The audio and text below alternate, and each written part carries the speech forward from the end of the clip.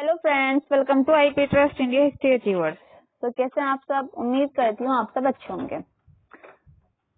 तो देखिए, हमने पिछली वीडियो में क्या पढ़ा था? बौद्ध धर्म, ठीक है, बुद्धिज्म। तो उसके बारे में देखिए पहले हम एक बार रिवाइज कर लेते हैं, ठीक है।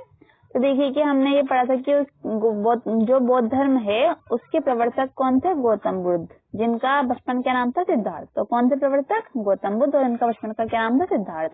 अब गौतम बुद्ध का प्रारंभिक जीवन के बारे में हमने थोड़ा थोड़ा समझा था, पर विस्तार से हम आज समझेंगे, ठीक है। तो देखिए क्या समझा था हमने कि उनका जन्म कब हुआ था? 563 ईसा पूर्व में। उनके पिता का नाम, माता का नाम, माता का नाम, ये सब हमने देखा था। और गौतम बुद्ध से संबंधित घटनाएं क्या क्या थी, जैसे कि महाभिनिष्क्रमण, ठीक है, और धर्म चक्रवर्तन क्या था, और महापरिनिर्वाण क्या था, और गौतम बुद्ध की शिक्षाएं देखी थी हमने कि प्रतीति समुत्पाद, और चार आर्य सत्य, और अष्टांगिक मार्ग, है ना। और हमने ये भी देखा था कि बौद्ध धर्म के संप्रदाय कौन कौन से, जैसे हीनयान और महायान। और गौतम बुद्ध मतलब बौद्ध धर्म से रिलेटेड, मतलब बौद्ध धर्म की जो संगतियां हुई थी वो कहाँ कहाँ हुई थी? तो राजगृह, वैशाली, पाटलिपुत्र और कश्मीर, ठीक है। इनके मैंने आपको एक ट्रिक बताई थी, RVPK, ठीक है। तो आर से राजगृह, वी से वैशाली, पी से पाटलिपुत्र और के से कश्मीर, ये सब हो गया था। और फिर इसके बाद हमने ये भी देखा था कि कुछ विचार देखे थे गौतम बुद्ध के, जैसे कि वेदों की प्रामाणिकता में विश्वास था, और आत्मा के अस्तित्व को अस्वीकार करने पर भी बुद्ध पुनर्जन्म और कर्म के सिद्धांत को मानते थे। और गौतम बुद्ध की मृत्यु के बारे में पढ़ा था। और फिर अनुश्रुति के अनुसार उनके शरीर धातु के 8 भाग किए गए और प्रत्येक भाग पर स्तूप बनवाए गए, ठीक है। तो हमने ये सब पढ़ लिया था। आज देखिए, आज हम क्या पढ़ेंगे? आज हम इन्हीं सब चीजों को डिटेल में पढ़ेंगे, ठीक है, और एक्स्ट्रा जानकारी देंगे। जैसे कि जो गौतम बुद्ध थे उनका जन्म कब हुआ था? 563 ईसा पूर्व में, ये हमने पहले आपको बताया था।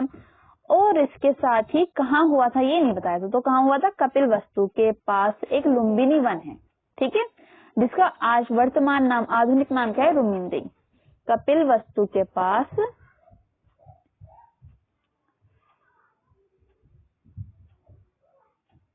कपिल वस्तु, ठीक है, के समीप है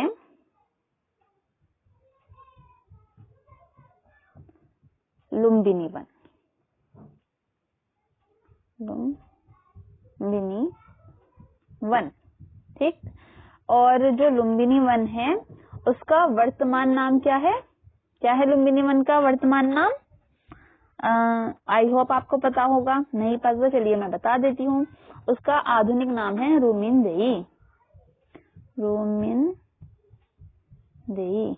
अब देखिए, जो हमारे फ्रेंड्स पहले से तैयारी कर रहे हैं उन्हें पता होगा इसका महत्व की आधुनिक नाम का पता होना क्यों जरूरी होता है। और जो हमारे फ्रेंड्स न्यू हैं, नए हैं, फर्स्ट टाइम एग्जाम दे रहे हैं और उन्होंने अभी तक क्वेश्चन पेपर नहीं देखे, उनको मैं बता देती हूँ कि जो रुमिनदेई या ये जो आधुनिक नाम है हमें इसलिए पता करने जरूरी होते हैं क्योंकि यूजीसी नेट एग्जाम में क्वेश्चन आता है कि वो दे देंगे आपको कि लुम्बिनी का आधुनिक नाम क्या है, ठीक है, या फिर 4 ऑप्शन देंगे और उन्हें मैच करने के दे देंगे, ठीक है। और फिर ये जैसे कि वो एक MCQ आया कि लुम्बिनी का आधुनिक नाम क्या है, और 3 ऑप्शन दे दिए और चौथे में रुमिनदेई डाल दिया। अगर आपको पता होगा तो आपका आंसर बिल्कुल करेक्ट होगा, वरना रॉन्ग हो जाएगा और आपके जो मार्क्स है वो कट जाएंगे। तो हमें अपने मार्क्स नहीं काटने और एक एक चीज को, बारीक बारीक चीज को हमें बहुत अच्छे से पढ़ के चलना है ना। तो देखिए फिर क्या होता है कि अब नेक्स्ट हम देखते हैं कि उनके जो पिताजी हैं, ठीक है, उनके पिताजी का क्या नाम था? शुद्धोधन। और वो कहाँ के? कपिल वस्तु के शाक्य गढ़ के प्रधान थे। और उनकी माता क्या नाम था? माया देवी था, जो कोल्य गणराज्य की कन्या थी, ठीक है। जो पिता थे वो कहाँ थे? कपिल वस्तु के शाक्य गढ़ के प्रधान थे। और उनकी माता क्या नाम था? माया देवी था, जो कोल्य गणराज्य की कन्या थी। अब जो गौतम बुद्ध हैं उनका बचपन का क्या नाम था बच्चों? सिद्धार्थ, ठीक है। तो फ्रेंड्स क्या नाम था उनका? सिद्धार्थ बचपन का, क्योंकि ये क्वेश्चन पूछ जाता है कि गौतम बुद्ध का बचपन का क्या नाम था? तो क्या नाम था? सिद्धार्थ। एक क्वेश्चन आता है कि जो गौतम बुद्ध उनका जन्म कब हुआ था? 563 ईसा पूर्व में हुआ था। और कब हुआ था? कपिल वस्तु के पास हुआ था। कहाँ? लुम्बिनी वन में हुआ था। उनकी माता और पिता का नाम आपको पता चल ही गया है ना। अब देखिए कि जो उनकी माता थी उनके जन्म, जो गौतम बुद्ध है, उनको जन्म देने कुछ दिनों के बाद ही उनका देहांत हो गया था। अब उनकी विमाता थी प्रजापति गौतमी। ठीक है, तो क्या नाम था उनकी विमाता का? प्रजापति गौतमी। प्रजापति गौतमी। तो आप इस नाम को बहुत ज्यादा याद रखेंगे। ठीक है, देखिए अभी आगे भी आएगा ये नाम और बहुत इम्पोर्टेंस है इस नाम की। तो जो प्रजापति गौतमी थी वो इनकी विमाता थी, उन्होंने इनका पालन पोषण किया। अब देखिए उनका जो पालन पोषण था वो बहुत ही ऐश्वर्य के साथ हुआ, बहुत ही आरामदायक जीवन उन्हें दिया गया। अब मतलब तीन ऋतुओं के लिए 3 तरीके के उनके निवास की प्रबंध किया गया, जिससे उन्हें कभी कोई कष्ट ही ना हो, कोई दुख ही ना हो। तो परंतु और देखिए उनका जो विवाह है वो 16 साल की अल्पायु में किया गया। 16 वर्ष के थे, उनका यशोधरा नाम की कन्या से विवाह हुआ। किससे हुआ? यशोधरा। ठीक, तो 16 साल की आयु में। तो जो यशोधरा थी वो भी शाक्य कुल की थी, वो बहुत रूपवती थी।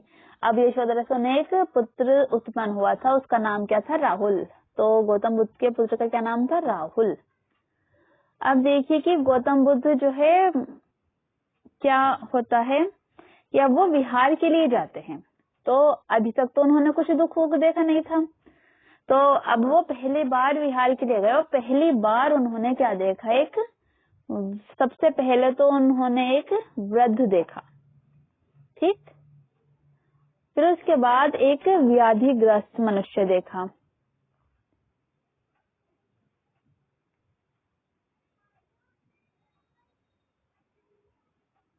ग्रस्त, ठीक है। फिर उसके बाद उन्होंने एक मृतक देखा और फिर लास्ट में उन्होंने देखा एक सन्यासी को। तो आप इन्हें याद रखिए। तो सबसे पहले एक वृद्ध, फिर व्याधिग्रस्त मनुष्य, फिर मृतक, फिर सन्यासी।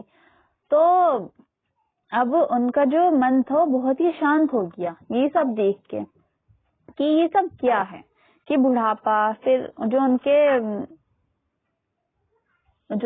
उन्हें विहार के लिए ले गए थे तो उन्होंने इन्हें बताया कि वो उनसे पूछ रहे थे, तो उन्होंने बताया कि भाई कि ये जो है मतलब कि वृद्ध, मतलब उन्होंने पूछा कि ये क्या है। उनका नाम था चन्ना, जिनके साथ वो गए थे। तो उन्होंने पूछा कि चन्ना ये क्या है। तो उन्होंने कहा कि ये वृद्ध है, वृद्धावस्था है। कि अच्छा ये क्या होती है?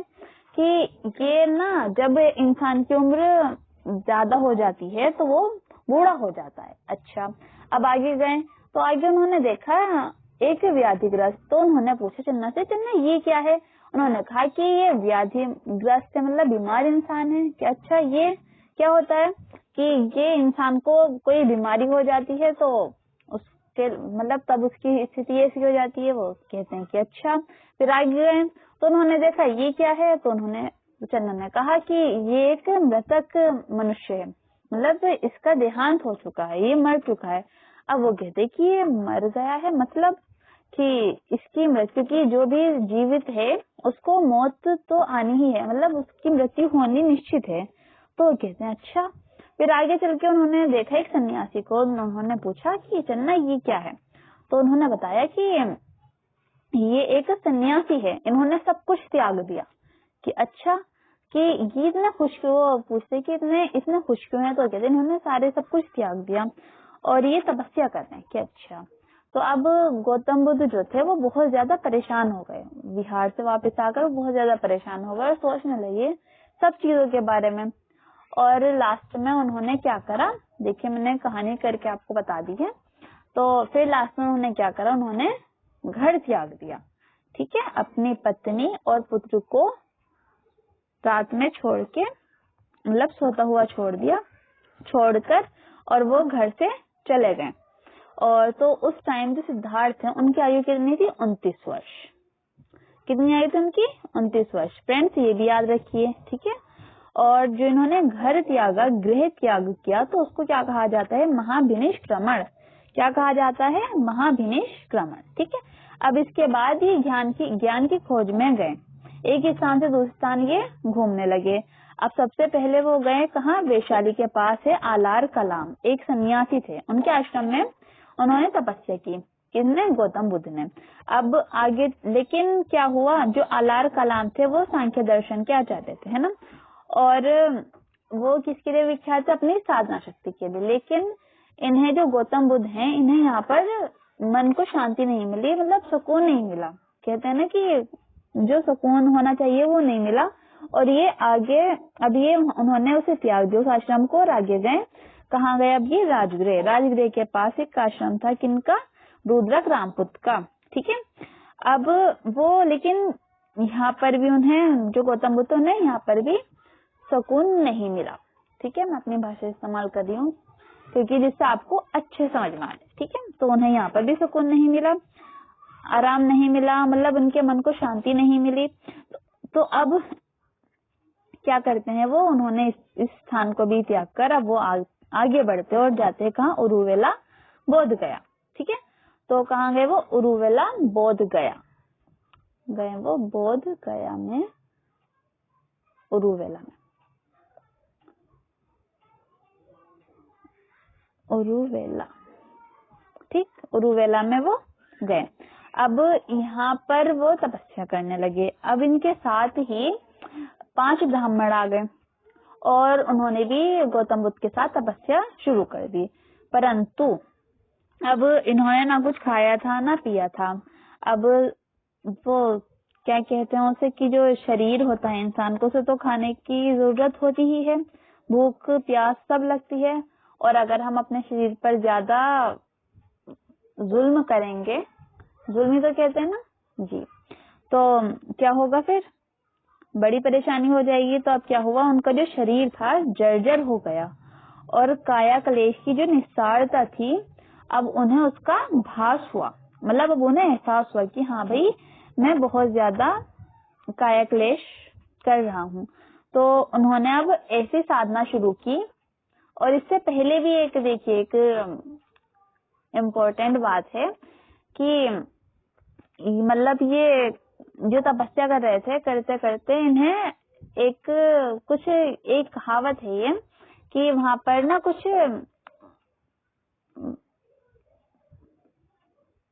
कुछ इनके कान में गीत सुनाई दिया, कि तो उस गीत से ही प्रभावित होकर उन्होंने क्या किया? भोजन ग्रहण किया। ठीक है, तो सही है। तो फिर क्या हुआ बताइए, कि अब उन्होंने कैसे तपस्या स्टार्ट की?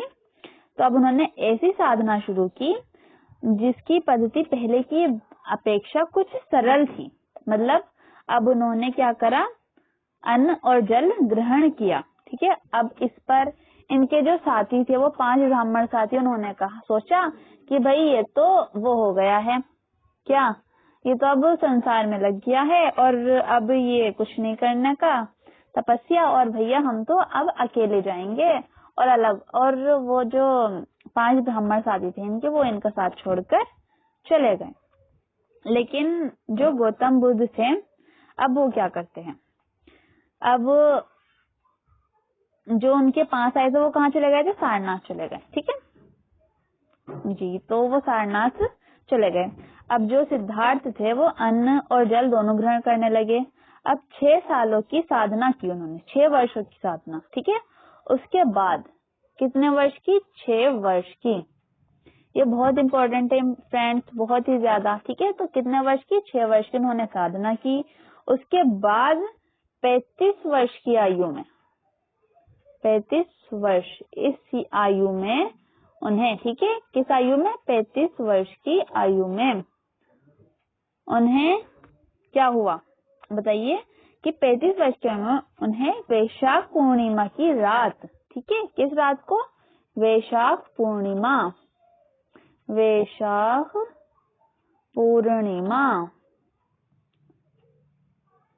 इस रात को क्या हुआ? एक पीपल के वृक्ष के नीचे, कौन सा वृक्ष था फ्रेंड्स? वो पीपल का। क्वेश्चन आता है कि वह कौन सा वृक्ष था जिसके नीचे गौतम बुद्ध को ज्ञान प्राप्त हुआ, तो कौन सा वृक्ष था वो? पीपल का, ठीक। तो कौन सा वृक्ष था? पीपल के वृक्ष के नीचे 35 वर्ष की आयु में वैशाख पूर्णिमा की रात को पीपल के वृक्ष के नीचे उन्हें क्या हुआ? ज्ञान प्राप्त हुआ, ठीक है। तो आप बिल्कुल याद रखिए, इसे अच्छे से नोट कर लीजिए। 6 वर्षों की साधना के बाद, कितने वर्ष की? 6 वर्ष की साधना के बाद 35 वर्ष की आयु में और वैशाख पूर्णिमा की रात को पीपल के वृक्ष के नीचे उन्हें ज्ञान प्राप्त हुआ। अब उन्होंने दुख और उसके कारणों का जो है वो पता लगा लिया और इस समय से वे क्या कहलाए? बुद्ध कहलाए। क्या कहलाए वे? बुद्ध कहलाए। जी फ्रेंड्स, ठीक है। तो अब क्या हुआ? अब गौतम बुद्ध के जो अब उपदेश और शिक्षाओं के बारे में हम बात करेंगे, ठीक है। अब वे कहाँ गए? सबसे पहले बताइए। अब उन्होंने सोचा कि अब मुझे ज्ञान प्राप्त हो गया, अब मैं इसे दूसरों को बांटू, है ना, क्योंकि बांटने से ज्ञान बढ़ता है, ये ना। तो अब जो ज्ञान प्राप्ति के बाद गौतम बुद्ध जो थे उन्होंने अपने मत का प्रचार किया, ठीक है। और उरुवेला से वे सबसे पहले कहाँ गए? ऋषिपत्तन, ठीक है। कहाँ गए वे? ऋषिपत्तन। ऋषिपत्तन का आधुनिक नाम क्या है बच्चों? वो है सारनाथ। क्या नाम है? सारनाथ जी, ठीक है। तो ऋषिपत्तन गए। अब यहाँ उन्हें जो पहले 5 ब्राह्मण याद है आपको? वो जो 5 ब्राह्मण उनके साथ आए थे तपस्या करने और उन्होंने उनका साथ छोड़ दिया था, ये कहे गए कि अब तो ये संसार में लग गया है, सांसारिक जीवन में। तो अब वो जो गौतम बुद्ध हैं वो जब ऋषिपत्तन आए तो उन्होंने उन 5 जो ब्राह्मण सन्यासी थे उन्हीं को पहला उपदेश दिया, ठीक। अब ये भी पॉइंट बहुत नोट करने वाला इम्पोर्टेंट पॉइंट है, क्योंकि क्वेश्चन आएगा कि गौतम बुद्ध ने अपना पहला उपदेश कहाँ दिया? तो कहाँ दिया था? सारनाथ में या ऋषिपत्तन में, ठीक है। और किसे दिया था? 5 ब्राह्मणों को दिया था, ठीक है। अब ये जो सन्यासी थे वो कठोर साधना से मतलब अलग होने के कारण पहले उनका साथ छोड़ चुके थे, मैंने बताया था आपको, है ना। तो इस पहले उपदेश को क्या कहा जाता है? जो गौतम बुद्ध हैं उन्होंने 5 ब्राह्मण सन्यासियों को कहा अपना पहला उपदेश कहाँ दिया? सारनाथ में दिया, ठीक। कहाँ दिया? सारनाथ में दिया। तो ये जो इन्होंने पहला उपदेश दिया इसको क्या कहा जाता है? धर्म चक्र प्रवर्तन। मैंने अभी आपको पहले पढ़ाया था ना, अभी रिवाइज भी करवाया था, रिवीजन भी करवाया था। तो क्या कहा जाता है? धर्म चक्र प्रवर्तन। अब ये उपदेश क्या था? देखिए, दुख के कारण और उनके समाधान से रिलेटेड था, ठीक है। तो ये जो पहला उपदेश दिया था उन 5 ब्राह्मणों को सारनाथ में, जिसे धर्म चक्र प्रवर्तन के नाम से जाना जाता है, तो क्या उपदेश था? दुख के कारण और उनके समाधान से संबंधित था ये, ठीक है। तो इसे क्या कहा जाता है? 4 आर्य सत्य, ठीक है, 4 आर्य सत्य। और अब देखिए कि प्रतीति समुत्पाद, है ना। तो प्रतीति समुत्पाद का मतलब क्या है? कि संसार की जो सारी वस्तुएं है वो किसी न किसी कारण से उत्पन्न हुई है और इस तरह वे इस पर निर्भर हैं, ठीक है। तो ये क्या है? प्रतीति समुत्पाद। तो इस कार्य कारण सिद्धांत को उन्होंने पूरे जगत पर लागू किया और सबसे पहले उन्होंने जिन 4 आर्य सत्यों का उपदेश दिया वह क्या क्या थे? मैंने आपको पहले बताए थे ना, वो है दुख, मतलब संसार में हर जगह दुख ही दुख है, दुख समुदय, दुख का कोई ना कोई कारण जरूर होता है, ठीक है। और 3rd नंबर पे उन्होंने बताया था दुख निरोध, मतलब दुख का अंत संभव है। और चौथे पे उन्होंने क्या कहा था? दुख निरोध गामिनी प्रतिपदा। हमने पहले पढ़ा था ना अष्टांगिक, कि अष्टांगिक मार्ग है उसका दुख मतलब उन्होंने 4th नंबर कहते हैं कि दुख निरोध गामिनी प्रतिपदा, मतलब कि दुख के मूल अविद्या, ठीक है। वो क्या बता रहे? दुख के मूल को अविद्या,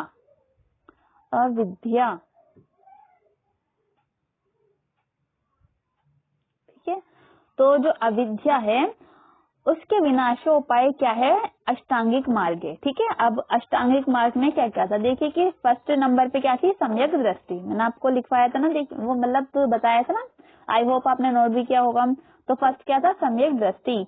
तो सम्यक दृष्टि में क्या था? कि जो वस्तुएं हैं उनके वास्तविक स्वरूप का ध्यान करना सम्यक दृष्टि है, ठीक। 2nd नंबर पे क्या था? सम्यक संकल्प, मतलब कि द्वेष और हिंसा से मुक्त विचार रखना। ठीक है, कि हिंसा और द्वेष से हमें बिल्कुल अलग होकर विचार रखने हैं। थर्ड नंबर पे क्या था, सम्यक वाक, मतलब कि बुरे बोल ना बोलना। ठीक है, मतलब अप्रिय वचनों के हमेशा त्याग को। ठीक है, क्या कहते हैं, सम्यक वाक। और सम्यक कर्मांत क्या है कि दान, दया, सत्य, अहिंसा। ठीक है, और सत्कर्म, इन सबका अनुसरण ही क्या कहलाएगा, सम्यक कर्मांत। और सम्यक नेक्स्ट क्या था, सम्यक आजीव। तो सम्यक आजीव के अंदर क्या क्या है, देखिए कि सदाचार के नियमों के अनुकूल आजीविका के अनुसरण करने को सम्यक आजीव, ठीक है, कहते हैं। तो नेक्स्ट क्या था, सम्यक व्यायाम। तो सम्यक व्यायाम के अंदर क्या, देखिए नैतिक, मानसिक और आध्यात्मिक उन्नति के सतत प्रयत्न करते रहना सम्यक व्यायाम है। ठीक, नेक्स्ट क्या, सम्यक स्मृति, मतलब अपने विषय में सभी तरह की जो मिथ्या धारणाएं है उनका त्याग करो, और जो सच है, सच्ची धारणा है, उसको रखना ही सम्यक स्मृति है। ठीक, और सम्यक समाधि, मन की एकाग्रता को सम्यक समाधि कहा गया है। ठीक, अब ये सब क्या था, अष्टांगिक मार्ग। ठीक है, विस्तार से अब देखिए कि जो गौतम बुद्ध हैं उन्होंने बौद्ध धर्म का प्रचार किया। ठीक है, तो मैंने पहले नहीं पढ़ाया था लेकिन अब बता रही हूँ आपको कि बौद्ध धर्म का प्रचार, बौद्ध धर्म का जो प्रचार किया उसे देखिए। इसके कुछ इंपॉर्टेंट पॉइंट है वो आप प्लीज नोट कीजिए। तो आपको तो पता ही है कि पहला उपदेश उन्होंने कहाँ दिया था, सारनाथ में। किन्हें, 5 ब्राह्मणों को। ठीक है, उनके पहले वो शिष्य बने थे, वो 5 ब्राह्मण जो थे। अब वह जो हैं फिर नेक्स्ट आगे जाते हैं। ठीक है, सारनाथ से अपने जो ब्राह्मण हमने आए थे उनके साथ वे वाराणसी गए। ठीक है, तो वाराणसी में उन्हें यश नाम के एक धनी श्रेष्ठी पुत्र मिले और वो उनके शिष्य बन गए। अब यहाँ से मगध की राजधानी राजगृह पहुंचे। अब राजगृह में उन्होंने अपने वर्षा काल बिताए, दूसरा, तीसरा और चौथा। अब जो बिंबिसार था, जो वहाँ का शासक था उस टाइम, तो मगध का राजा था जो बिंबिसार, तो उसने उनके निवास के लिए वेलुवन नामक विहार बनवाया। ठीक है, तो बिंबिसार ने क्या बनवाया, वेलुवन विहार। वेलुवन विहार किसके निवास के लिए, गौतम बुद्ध के निवास के लिए। ठीक है, किसने, बिंबिसार ने, जो उस टाइम मगध का राजा था, उसने उनके निवास के लिए क्या बनवाया, वेलुवन विहार बनवाया। ठीक है, अब देखिए कि फिर क्या होता है कि मगध में इस टाइम बहुत सारे प्रसिद्ध ब्राह्मण भी थे। ठीक है, और सन्यासी भी निवास करते थे। तो अब बहुत से ऐसे थे जिनके साथ बुद्ध का क्या हुआ था, शस्त्रार्थ हुआ और बुद्ध ने सभी को परास्त कर दिया। अब इसके फलस्वरूप क्या हुआ कि बहुत सारे विद्वान उनके शिष्य बन गए। अब इसमें एक तो सारिपुत्र और मोदगलायन, उपाली, अभय। ठीक है, ये प्रमुख थे। ठीक है, सारिपुत्र, इनका नाम आप जरूर याद रखिए, सारिपुत्र, मोदगलायन, उपाली और अभय। ठीक है, अब बुद्ध ने गया, नालंदा, पाटलिपुत्र, इनकी भी यात्रा की और बहुत सारे लोगों को अपना शिष्य बनाया था। अब राजगृह में रहे थे, उन्हें एक बार अपने गृह नगर कपिल वस्तु की भी यात्रा की। ठीक है, तो जो गौतम बुद्ध हैं वो राजगृह में रह रहे थे। अब यहीं रहते हुए वे कहाँ जाते हैं, कपिल वस्तु भी जाते हैं, कपिल वस्तु की भी यात्रा करते हैं और अपने परिवार के सभी लोगों को उन्होंने क्या किया, अपने मत में दीक्षित किया। और शाक्यों ने उनसे अपने नवनिर्मित संस्थागार का उद्घाटन करवाया था। ठीक है, तो एक ये भी इम्पोर्टेंट पॉइंट है कि शाक्यों ने उनसे अपने नवनिर्मित संस्थागार का उद्घाटन करवाया था। ठीक, अब देखिए फिर राजगृह से वे चलते हैं बुद्ध और लिच्छवियों की राजधानी कहाँ पहुंचते, वैशाली। कहाँ पहुंचे वे, वैशाली। अब देखिए जो मैं बोल रही हूँ प्लीज आप उन सब बातों को नोट कर लीजिए, इसलिए मैं बार बार रिपीट कर करके बोल, ठीक है, जिससे कि आपको बहुत अच्छे समझ आ जाए और आप अपने नोट्स बना ले और अच्छे से अपनी प्रिपरेशन करें। ठीक है, तो देखिए कि राजगृह से चलकर कहाँ गए वो, लिच्छवियों की राजधानी थी वैशाली। अब उन्होंने अपना वहाँ 5वां वर्षाकाल बिताया। अब लिच्छवी जो थे उन्होंने उनके निवास के लिए महावन में एक प्रसिद्ध कुटाग्रशाला का निर्माण करवाया। ठीक है, कहाँ? महावन में, महावन में।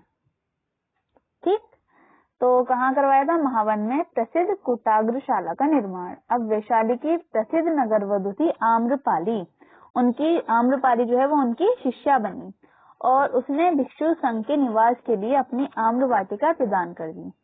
अब इस स्थान पर ही जो बुद्ध थे उन्होंने पहली बार महिलाओं को भी अपने संघ में प्रवेश करने की अनुमति प्रदान की और भिक्षुणियों का संघ भी स्थापित किया।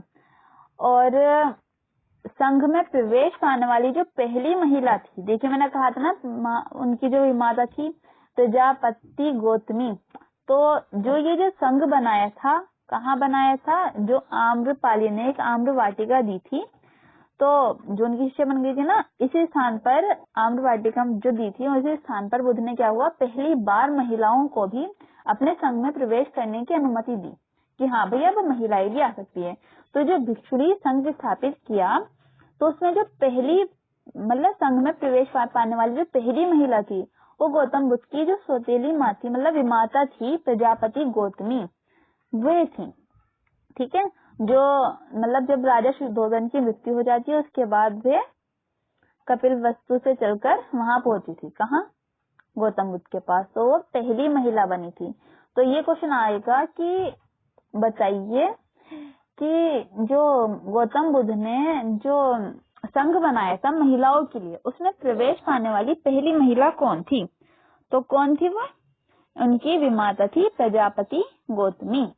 ठीक, अब क्या होता है कि जो बुद्ध थे वो पहले तो महिलाओं को संघ में लेने के विरोधी थे, लेकिन फिर क्या होता है कि मतलब उन्होंने अनुमति नहीं दी थी, लेकिन फिर उनके प्रिय शिष्य थे, कौन? आनंद। ठीक है, तो आनंद के आग्रह पर जब उन्होंने आग्रह किया आनंद ने, तो उन्होंने अनुमति प्रदान कर दी। अब क्या होता है कि नेक्स्ट देखिए कि कपिलवस्तु से राजगृह जाते हुए बुद्ध ने अनुपेय नामक स्थान पर कुछ काल तक विश्राम किया और बुद्ध फिर क्या हुआ, यहाँ शाक्य राजा भद्रिक, अनुरुद्ध, उपाली, आनंद और देवदत्त को साथ लेकर बुद्ध से मिला और बुद्ध ने सभी को अपने मत में दीक्षित किया और आनंद को अपना व्यक्तिगत सेवक बना लिया। ठीक है, किसको बनाया था? आनंद को। तो आनंद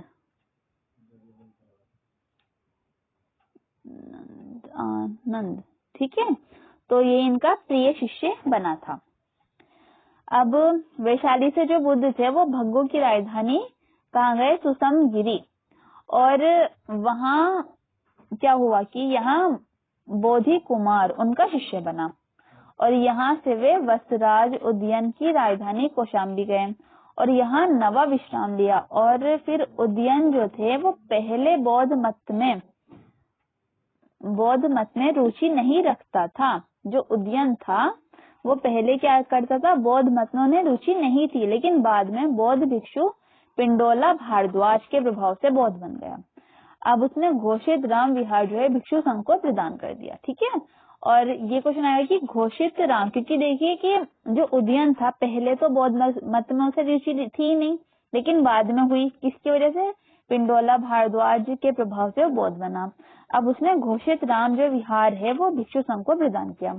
अब यहाँ से बुद्ध कहाँ गए? मथुरा के पास वेरंजा और 12वां वास किया और फिर उसके बाद अवंती के राजा प्रद्योत ने भी उन्हें आमंत्रित किया, लेकिन उन्होंने अपनी वृद्धावस्था के कारण वहां जाने से मना कर दिया कि क्योंकि मैं बहुत ज्यादा बूढ़ा हूँ और मतलब असमर्थता व्यक्त की करते हुए अपने शिष्य महाकच्छायन को उसे उपदेश देने के लिए भेज दिया। ठीक है, तो क्या हुआ कि अवंती के राजा प्रद्योत ने जब उन्हें आमंत्रित किया तो उन्होंने अपनी वृद्धावस्था के कारण वहां जाने में अपनी असमर्थता व्यक्त करते हुए अपने शिष्य का क्या नाम था? महाकच्छायन, उसको भेज दिया इसके पास राजा प्रद्योत को उपदेश देने के लिए। ठीक, अब अवंती में भी बुद्ध के कुछ अनुयायी बन गए। अब बुद्ध ने चंपा और कदंगल की भी यात्रा की और उन स्थानों में कुछ समय तक रहकर बहुत सारे लोगों को अपने मत में दीक्षित किया। अब जो है कि बौद्ध धर्म का सबसे ज्यादा प्रचार कहाँ हुआ? कौशल राज्य में। कहाँ हुआ? कौशल राज्य में। तो बौद्ध धर्म का अब सबसे ज्यादा प्रचार कहाँ हुआ? कौशल राज्य में। ठीक है, तो ये भी क्वेश्चन आएगा कि बौद्ध धर्म का सबसे ज्यादा प्रचार कहाँ हुआ था? कौशल राज्य में हुआ था। और फिर देखिए कि ऐसे ही चलते चलते वे कहाँ पहुंचते हैं? मल्लों की राजधानी पावा, और यहाँ चुंद नामक लोहार की आम्र वाटिका में ठहरे। अब उसने बुद्ध को भोजन दिया। इसमें उन्हें सूकर मद्दो खाने को दिया गया। कुछ विद्वानों ने इसका जो अर्थ है वो अलग अलग बताया है। ठीक है, तो अब ये कोई वनस्पति थी, तो इससे उन्हें रक्तातिसार हो गया और भयानक पीड़ा उत्पन्न हुई, और इस वेदना को सहन करते हुए वे कुशीनारा पहुंचे, और यहीं 483 ईसा पूर्व में 80 वर्ष की आयु में उन्होंने शरीर त्याग दिया। ठीक है, तो इसको क्या कहा गया है बौद्ध ग्रंथों में? महापरिनिर्वाण। ठीक, तो चलिए फ्रेंड्स, आई होप आपको हमारी वीडियो पसंद आई हो। अगर हमारी वीडियो पसंद आई हो तो हमारी वीडियो को लाइक कीजिए, शेयर कीजिए, हमारे चैनल को सब्सक्राइब कीजिए, और नहीं भी करना सब्सक्राइब तो मत कीजिए, बस ध्यान से अपनी पढ़ाई में ध्यान लगाइए। ठीक है, और अपने फ्रेंड्स को जो जरूरतमंद है उन्हें जरूर शेयर कीजिए कि ऐसी वीडियोस यूट्यूब में नहीं आती। चलिए, धन्यवाद।